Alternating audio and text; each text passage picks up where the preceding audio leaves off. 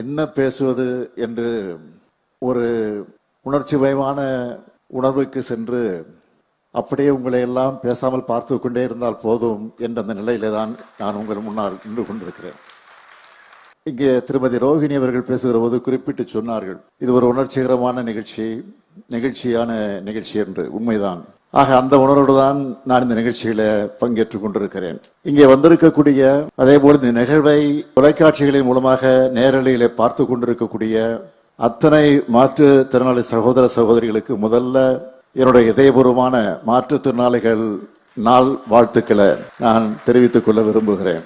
இந்த நாள் மற்ற நாட்களை போல இல்லாம இது வெறும் கொண்டாட்டத்துக்கான நாள் மட்டும் கிடையாது. நம்ம திராவிட மாடல் அரசை பொறுத்த வரைக்கும் மாற்றுத்திறனாளி தோழர்களுக்கு சம வாய்ப்புகளை வழங்கி சம உரிமையோட சமுதாயத்தில் வாழ்வதற்கான நடவடிக்கைகளை மேற்கொள்ளுகிற அதை நினைவுறுத்தக்கூடிய நாள் தான் இந்த நாள். அந்த வகையில உங்களுடைய திறன்களை போற்றக்கூடிய நாளா இந்த நாளை நாம் கொண்டாடி கொண்டிருக்கிறோம். அதுலேயும் சமூக முன்னேற்றம் காண மாற்றுத்திறனாளிகளை உள்ளடக்கிய சமூகங்களை வளர்ப்பது என்பதை இந்த ஆண்டுக்கான மைய கருவா ஐநா சபை அறிவிச்சிருக்கு. இந்த கருப்பொருள் தான் நம்ம திராவிட மாடல் அரசு நடைபோட்டுக் கொண்டிருக்கக்கூடிய பாதை. அதுல முக்கியமான மைல்கல் தான் இந்த விழா. இந்த விழாவிற்கு சிறப்பு விருந்தினராக மதிப்பிற்குரிய திருமதி ரோஹிணி அவர்களை ஏன் அழைச்சோம் என்று சிலர் கேட்கலாம். சமூக சேவைய சிலர் திடீர்னு வெளிப்படுத்துவார்கள், திடீரென காணாமல் போய்விடுவார்கள். ஆனால் பல ஆண்டுகளாக தொடர்ந்து சமூகத்திற்கு செயல்பட்டு வரக்கூடியவர் தான் திருமதி ரோஹிணி அவர்கள். அதுதான் அவருடைய தனித்தன்மை. கம்யூனிச சிந்தனைகளை பரப்பக்கூடிய திருமதி ரோஹிணி அவர்களை திரைக்கலைஞர் என்று சொல்வதை விட சமூக கலைஞர் என்று தான் சொல்ல வேண்டும். அவரது பணி சிறக்க வாழ்த்துக்கள். அழைப்பேற்று வந்தமைக்கு எனது நன்றியை நான் தெரிவித்துக் கொள்ள விரும்புகிறேன். மாற்றுத்திறனாளிகள் இந்த சமுதாயத்துல முழுசா சார்ஜ் எடுக்கக்கூடிய வகையில பல்வேறு நடவடிக்கைகளை நாம் செஞ்சுக்கிட்டு வரோம். அதனுடைய உயிர் அடையாளமா நீங்க இருக்கீங்க. தமிழ்நாட்டு உள்ளாட்சி அமைப்புகள்ல புதிய மக்கள் பிரதிநிதிகளா நியமிக்கப்பட்டிருக்கக்கூடிய நீங்க 3631 மாற்றுத்திறனாளி சகோதர சகோதரிகளை வருக வருக வருக என நான் வரவேற்கிறேன்.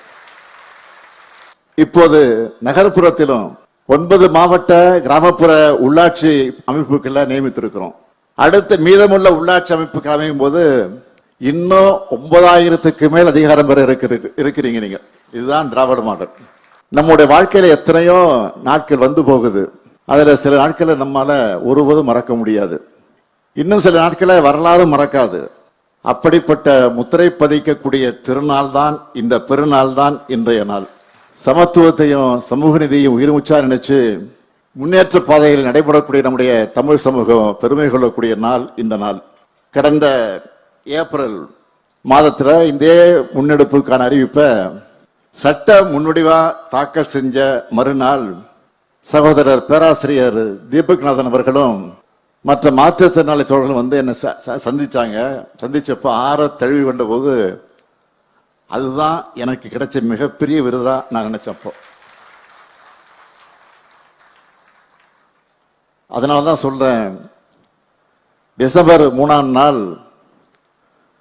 அந்த நாளை உலக மாற்றுத்திறனாளிகளாக நாளை அறிவிச்சு கொண்டாடுகிற ஐநா அமைப்புக்கு கூட இந்த நிகழ்ச்சியை பார்த்து பெருமைப்படும்.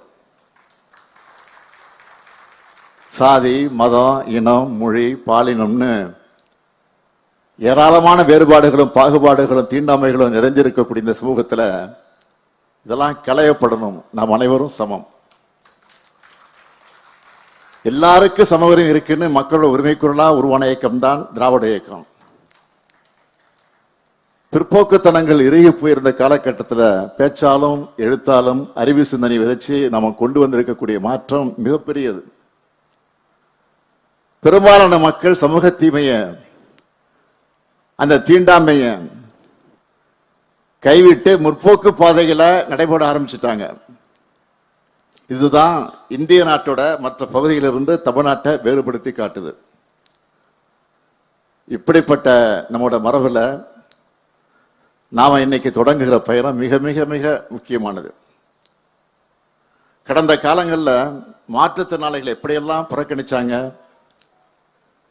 எப்படிப்பட்ட இன்சென்டிவான சொற்களை எல்லாம் பயன்படுத்துறாங்க. வலிமிகுந்த வரலாற்றை நான் அதிகம் பேச விரும்பல.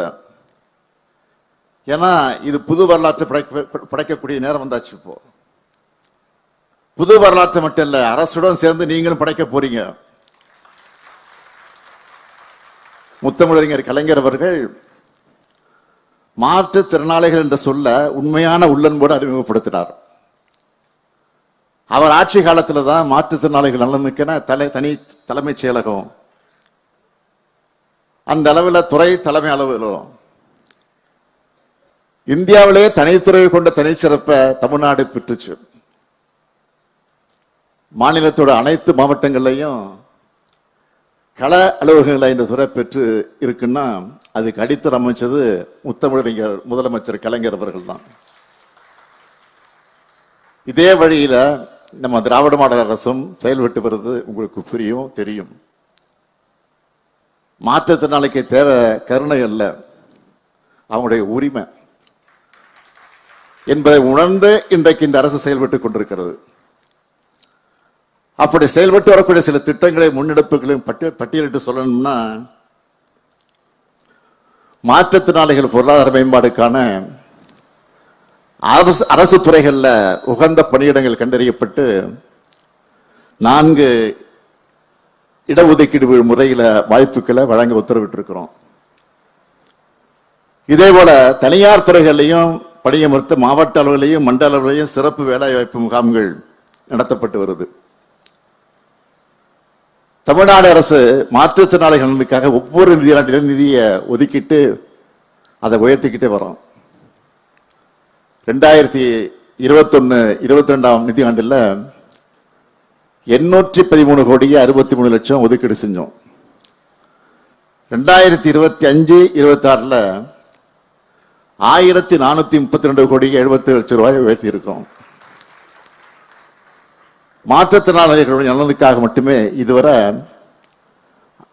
60க்கும் மேற்பட்ட அரசாணைகளை பிறப்பிச்சிருக்கோம். பராமரிப்பு தொகையும் கொடுத்திட்டதன் கீழே 2,11,391 பயனாளிகளுக்கு மாதம் 2000 ரூபாய் உயர்த்தி வழங்கப்பட்டு வருது. பள்ளிகள், மறுவாழ்வு இல்லங்கள் சீரமைப்புக்கு 2 கோடி ரூபாய் நிதி தரப்பட்டிருக்கு. 1.5 கோடி ரூபாய் செலவில் கூடுதலா ஒரு மாவட்ட மாற்றுத்திறனாளிகள் நல அலுவலகம் சென்னையில, வட சென்னையில செயல்பட்டுக் கொண்டிருக்கிறது. சுயதொழில் கடனுதவி திட்டம் மூலம் அளிக்கப்படக்கூடிய 25,000 ரூபாய் அறிவுசார் குறைபாடுடையோர், புற உலக சிந்தனையற்றோர், தசை சிதைவு நோயால பாதிக்கப்பட்டவர்களுடைய பெற்றோருக்கும் 15,000 ரூபாய்ன்னு நீட்டிச்சு ஆணை வெளியிட்டு இருக்கிறோம். மாநிலம் முழுவதும் இருக்கக்கூடிய 62 விளையாட்டு அரங்கங்கள்ல தடையற்ற சூழல் அமைய 37,20,000 ரூபாய் நிதி ஒதுக்கீடு செய்யப்பட்டிருக்கு. முதுகு தண்டம், அந்த முதுகுத்தண்டு வடத்தினுடைய பாதிக்கப்பட்ட மாற்றுத்திறனாளிகளுக்கு திருப்பூர், கோயம்புத்தூர், திருவண்ணாமலை மாவட்டங்கள்ல 3 சிறப்பு இல்லங்கள் தன்னார்வ தொண்டு நிறுவனங்கள் மூலம் செயல்படுத்தப்பட்டு வருது. 22 அரசு பள்ளி விடுதிகளில் தங்கி பயிலக்கூடிய மாணாக்கருக்கு நிதி உதவி அதிகரிக்கப்பட்டிருக்கு. அனைத்து மாவட்ட ஆட்சியர் அலுவலகங்களிலும் மாவட்ட ஆட்சியர் கூட்டம் நடத்தும் போது முக்கிய நிகழ்வுகள் போதும் செவித்திறன் பாதிக்கப்பட்டோர் பயன்பெறக்கூடிய வகையில சைகை மொழிபெயர்ப்பாளர் வசதியும் செய்யப்பட்டிருக்கு. மாற்றுத்திறனாளிகளுக்கு முன்னுரிமை அடிப்படையில் வீட்டுமனை பட்டாக்கள் வழங்கப்பட்டிருக்கு. மாற்றுத்திறன் மாணவர்களுக்கு வழங்கப்பட்டு வரக்கூடிய கல்வி உதவித்தொகை 2 மடங்காக உயர்த்தி 22,300 மாணவர்கள் பயன்பெறக்கூடிய வகையில 7 கோடி ரூபாய் கூடுதல் நிதி ஒதுக்கீடு செஞ்சு மாவட்டங்களுக்கு நிதி வழங்கப்பட்டிருக்கு. அரசு போட்டித் தேர்வுகளில் கலந்துக்க மாற்றுத்திறனாளிகளை ஊக்குவிக்க ஆண்டுதோறும் 200 மாற்றுத்திறனாளிகளுக்கு உணவு மற்றும் தங்கும் விடுதி வசதியோடு கூடிய சிறப்பு பயிற்சி வகுப்புகள், முதற்கட்டமா சென்னையில குரூப் 2, 2A தேர்வு எழுத உள்ளவங்க பயிற்சி வகுப்புக்கு பதிவு செஞ்ச 41 மாற்றுத்திறனாளிகளுக்கு வேலை வாய்ப்பு மற்றும் பயிற்சித்துறை மூலம் பயிற்சி வகுப்பு நடத்தப்பட்டிருக்கு. அரசு மற்றும் பொதுக்கூட்டங்களை மாற்றுத்திறனாளிகளை எளிதாக பயன்படுத்தக்கூடிய வகையில் தடையற்ற சூழல் அமைக்கும் பணிகளும் நடைபெற்று வருது.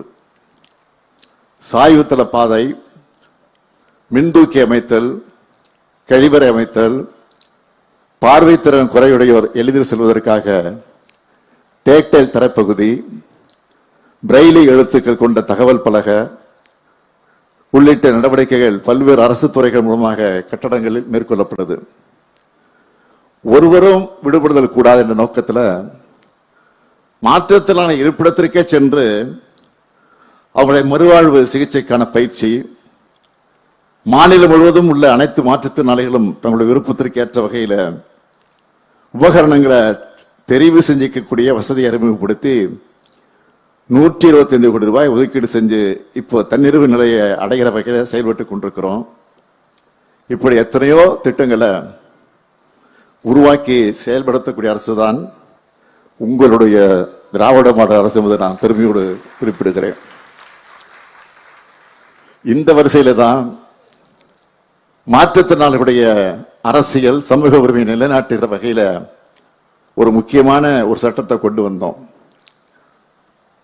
எல்லோரும் சொன்னாங்களே பேசுகிற போது, உங்களுடைய கோரிக்கையை நீங்களே ஒழிக்கணும்னு உள்ளாட்சி அமைப்புகள்ல ஒரு மாற்றுத்திறனாளி உறுப்பினர் இடம்பெறுவார் என்ற மாபெரும் சமூக உரிமையை வழங்கி இருக்கிறோம்.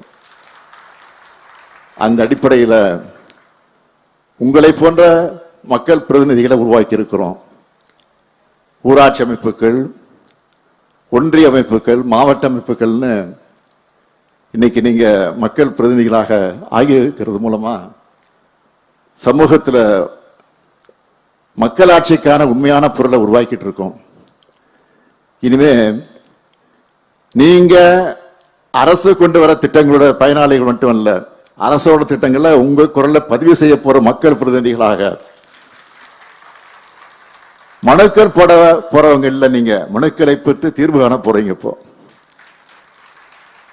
நம்மை பொறுத்த வரைக்கும் நாம் சொல்லும் ஒவ்வொரு சொல்லும், எழுதக்கூடிய ஒவ்வொரு எழுத்தும், செய்யக்கூடிய ஒவ்வொரு செயலும் மாற்றத்தை உண்டாக்கணும், மக்களுடைய வாழ்க்கையில முன்னேற்றத்தை கொடுக்கணும். அதனால்தான் திருநர்கள், மாற்றுத்திறனாளிகள் அவர்களை போன்ற சொற்களை பயன்படுத்துகிற போது அதை பயன்பாட்டுக்கு கொண்டு வரும். இந்த சொற்களுடைய பயன்பாடு சமூகத்தில் ஒரு உளவியல் மாற்றத்தை ஏற்படுத்தி கொண்டிருக்கிறோம். திட்டங்களை உருவாக்குறதும் உதவித்தொகை வழங்குறதையும் எவ்வளவு முக்கியமோ அதே அளவுக்கு சமூகத்தோட மனமாற்றமும் முக்கியம். அந்த மனமாற்றத்தை நோக்கி நீங்க நடைபோட இனிமேல் நீங்கள் ஆற்ற போற பணிகள் முக்கியமானதாக இருக்கும். ஒவ்வொரு ஊர்ல இருக்கக்கூடிய மாற்றுத்திறனாளிகளுடைய குரலையும் நீங்க எதிரொலிக்கணும். அவங்களுக்கான தேவைகளை உள்ளாட்சி அமைப்புகள் எடுத்து சொல்லி நிறைவேற்றி தரணும். இப்போ சில பிற்போக்குவாதிகள் இவங்கெல்லாம் மக்கள் பிரதிநிதிகளாக என்ன செய்ய போறாங்கன்னு நினைக்கலாம். அவங்களுடைய தரம் அவ்வளவுதான், அதை பத்தி நம்ம கவலைப்பட வேண்டிய அவசியம் இல்லை. எந்த நொடியிலும் நீங்க தன்னம்பிக்கையை மட்டும் விட்டுவிடக்கூடாது, சோர்வடைய கூடாது. தலைவர் கலைஞரையே நீங்கள் ஒரு ரோல் மாடலா எடுத்துக்கிட்டு செயல்படணும். தலைவர் கலைஞர் அவர்கள் ஒரு முறை ஒரு விபத்தில் சிக்கினார், விபத்தை எதிர்கொண்டார். அதனால அவருடைய கண்ணுகளை கூட பாதிப்பு ஏற்பட்டுச்சு. இருந்தாலும் அந்த வலியை கூட பொறுத்துக்கிட்டு இறுதி வரை சமூகத்துக்காக உழைச்சார். ஏராளமான இலக்கிய படைப்புகள், உடன்பிறப்புகளுக்கு கடிதங்கள், தமிழ்நாட்டு வரலாற்றை திருத்தி எழுதின அறிக்கைகள், திட்டங்களை அவரால் கொடுக்க முடிஞ்சிச்சு.